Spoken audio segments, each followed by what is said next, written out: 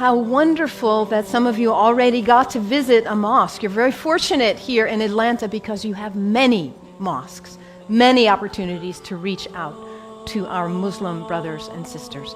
In the whole state of Vermont, where I hail from, we have one. So you have no reason to not visit. It's right around the corner from you. There are mosques everywhere. And it's important that we visit because Islam is the most misunderstood and the most maligned religion in the world today. We are being whipped up into fear of Muslims. And when we are afraid, we're stupid, actually. We're operating out of just that reptilian part of our brain. When we're afraid, we don't have access to our higher functionings, our whole self, the power of the knowledge in our hearts, our whole being. We're resigned to a small place of living. Ali, the son-in-law of the Prophet, says, people are afraid of what they don't understand. So my hope today is to share with you a little bit about what I love about Islam in order to invite you to a place of more understanding and less fear. Islam is very practical. If you are looking for insights about how to live a good life, how to be a good person, Islam has wonderful gems to offer to you. One of the things I love most about Islam is that it invites us to be concerned about what is the most important thing in life. To get our priorities straight. What is it for you?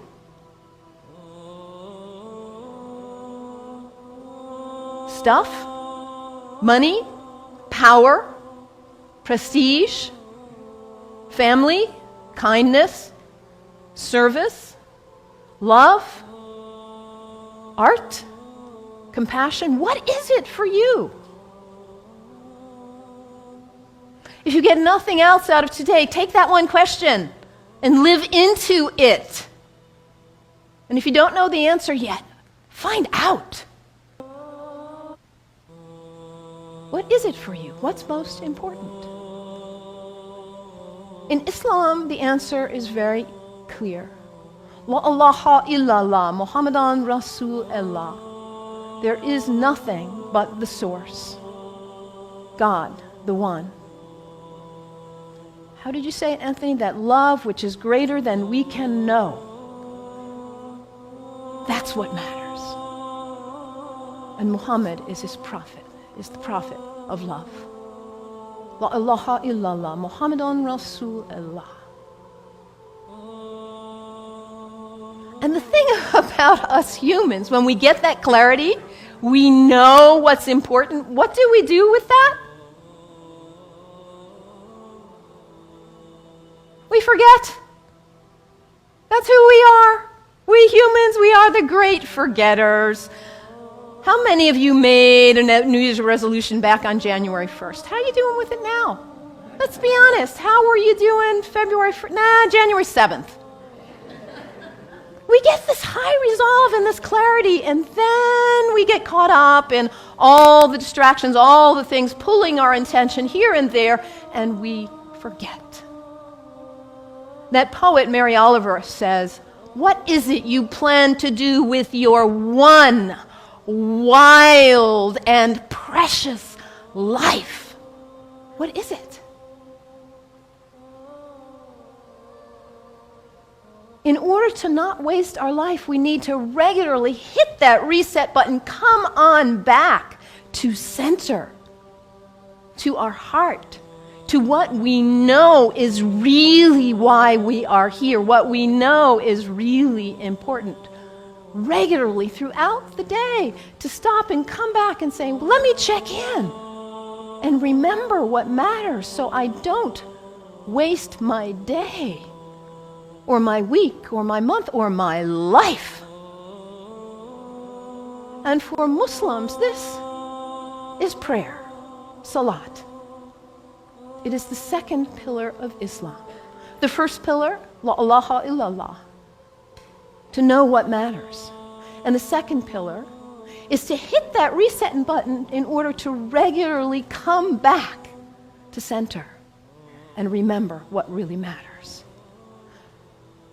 And for Muslims, this is not an activity in the head. It's an activity of the whole body. Allah Akbar, Allahu Akbar. Bismillah ar-Rahman ar-Rahim. Alhamdulillah, Rabbil Alameen. Ar-Rahman ar-Rahim. Malik Yawmiddin. Iyaka na'budu wa iyaka nasta'in. As-siratal mustaqim. Siratal ladhina an'amta alayhim. Ghayril maghdubi waladdallin.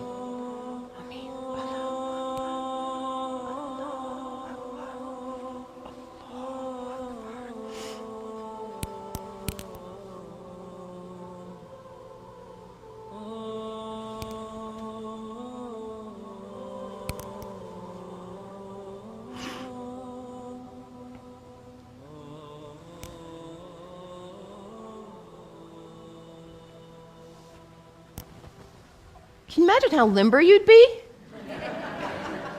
if you did that 17 times a day?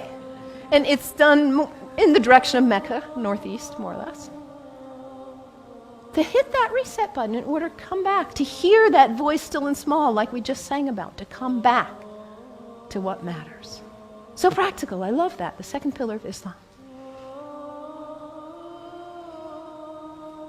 Islam also reminds us to always be concerned about those who are less well off than ourselves.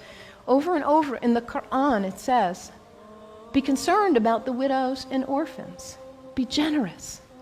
I brought some soup as a symbol of generosity, giving, donating to food banks, giving to people who need food. I think about Muhammad almost like a spiritual, a social genius. He himself was an orphan. By the time he was 6 years old, he had already lost both his parents. He knew marginality. He knew it. And what happens when there is imbalance in a society where there are some who have a lot and some who don't have enough? What happens here? Those who don't have enough are suffering, aren't they? Out of their lack of nutrition, food, healthcare, hygiene, educational opportunities, they suffer. And in their suffering, they may experience illness. Their illness doesn't stay there, does it? It spreads to the rest of the people. And in their need, they may choose to engage in criminal activity just to try to put food on the table. And that destabilizes the whole society when you have some without and some with too much. And what about the people with too much? Greed is spiritual bankruptcy. We cannot know well-being in our hearts when we are surrounded with too much while others are suffering. It creates instability. And Muhammad, peace be upon him, he was a spiritual genius, saying, let's bring it back into balance. Let's give. Let's be generous. And this is the third pillar of Islam, zakat, generosity. I love that about Islam. And I love, too, that Islam invites us to take a break from our habits. We humans, we're habitual creatures. We just are. We do something once, we do it again, we just do. How many of you are sitting in the same seat you always sit in today? That's okay, nothing wrong with that. We're creatures of habit. And if the habit's a good one, like brushing your teeth, wonderful. It strengthens you. Your habits can raise you up to give you strength and clarity to live your life on purpose with integrity. Or your habits can pull you down.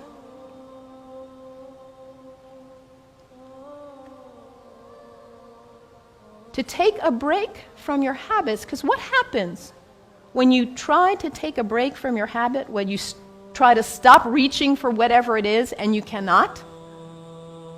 What is it for you? Coffee? Sugar? Alcohol? Drugs? Sex? Shopping? Your cell phone? Your tablet? Gossip? What is it for you, this behavior that you're caught in? You know it's not worthy of your best self, and yet there you are. It's addiction, isn't it? When we can't stop reaching for it, we can't stop doing it. And yet your life is so valuable, you matter. And to live your life on purpose and to cultivate the habits that raise you and strengthen you so you can be your most beautiful, best, loving, caring, giving self. So to take a break from your habits so you see who's in the driver's seat in your life and put yourself back in the driver's seat. Whatever it is for you, there are other people in this room who have also struggled with addiction in this way and who have overcome it. You can get help. You can do it. Your life matters. It's valuable. This is the next pillar of Islam, fasting. Fasting not just from food, but fasting from other activities and behaviors as well. And when we fast from food in particular, and it says over again and again in the Quran, fasting is good for you if you only knew. Because we put too much in our bodies, don't we? We stress them. We overeat and put junk. And we don't honor the beauty of ourselves. And also, when we fast, hunger is not a theory in the head, it's an experience in the body when we fast from food, that feeling. And then when you see somebody else on the street who is begging, it's not a theory. You feel empathy because you know what hunger feels like. It's harder to close your eyes and walk right on by. Muhammad, that spiritual social genius, to create harmony and stability in society. The fourth pillar of Islam, fasting, taking a break from your habits. So practical, I love it. And I also love about Islam that it encourages us to take a break from our location, to travel with intention, to recognize the power of space, the sacredness of space, and how the greats who have walked on this earth have blessed the earth with their presence, their breath, their thoughts, their actions. I know you are on the verge of a major decision about this sacred space for you. You have made this place sacred by your presence here. And as you perhaps choose to move on, you will perhaps make a new place sacred by your use and your love. The earth is sacred. Our places are sacred. And when we travel with intention, we are changed by it. This is the fifth pillar of Islam, pilgrimage. And for Muslims, the pilgrimage is to Mecca, which none of us will probably go there. But where is pilgrimage for you? My last name is Kennedy. My family is Irish. My parents have gone to Ireland. My mother says there are no words to express what it is like to walk in that place of our ancestors, of the great Celtic saints and sages. It may not be Ireland for you or Mecca, but where is it for you? Anybody been to Walden? The place where that great book was written? It's a place of pilgrimage for many of us. Anybody been to Transylvania? A place of pilgrimage for many of us. And what happens when we go? We leave our usual haunts. We travel with intention. We let ourselves be changed, be opened by new experiences, new interactions. And we come back and we are not the same. We look at our lives and we say, why was I doing that? I'm not going to waste my one wild and precious life on that. And we come back renewed and with a new value, a new understanding of the sacredness of our location, the beauty of the earth. I love this about Islam. So practical. What's the one thing that matters in your life? Hit that reset button regularly so you come back to your purpose. And don't be self-centered. Be always concerned about others and their needs, those less well off especially. And recognize the sacredness of the temple of your body. Cultivate habits that are worthy of you, that lift you to the best of who you are. And recognize the sacredness of space and the gift of the ancestors, the sages, the saints, the prophets who have gone before us and held a beacon of example for us. Travel with intention. Let yourself be changed. The 5 pillars of Islam. What great practical advice for living your life on purpose. And yet at the same time as all of what I've told you is true, the beauty of this great tradition, we are being whipped up into fear against Muslims and Islam. I have a dear friend, Rudy, who is a retired UU minister and a Sufi like myself. And about 7 years ago or so, he said to me, Mallon, Rudy grew up in Austria under the rise of Hitler. He said, what I see going on in the world now in the United States reminds me of my childhood in Austria.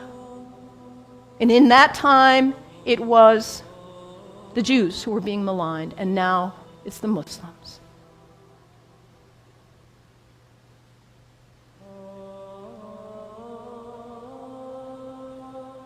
Hermann Goering, the right-hand person of Hitler, a Nazi. In the Nuremberg trials, he said something like this: the people do not want war, that's a given. But the people can be brought to the bidding of their leaders. It works the same in all countries, whether it's a dictatorship, a democracy, socialist, doesn't matter. All you have to do is convince the people they are under attack, make them afraid, condemn the pacifists for being unpatriotic, and the people will come to the bidding of their leaders. We're in the midst of such a time. People are afraid of what they don't understand. I implore you, do not fall for this ruse.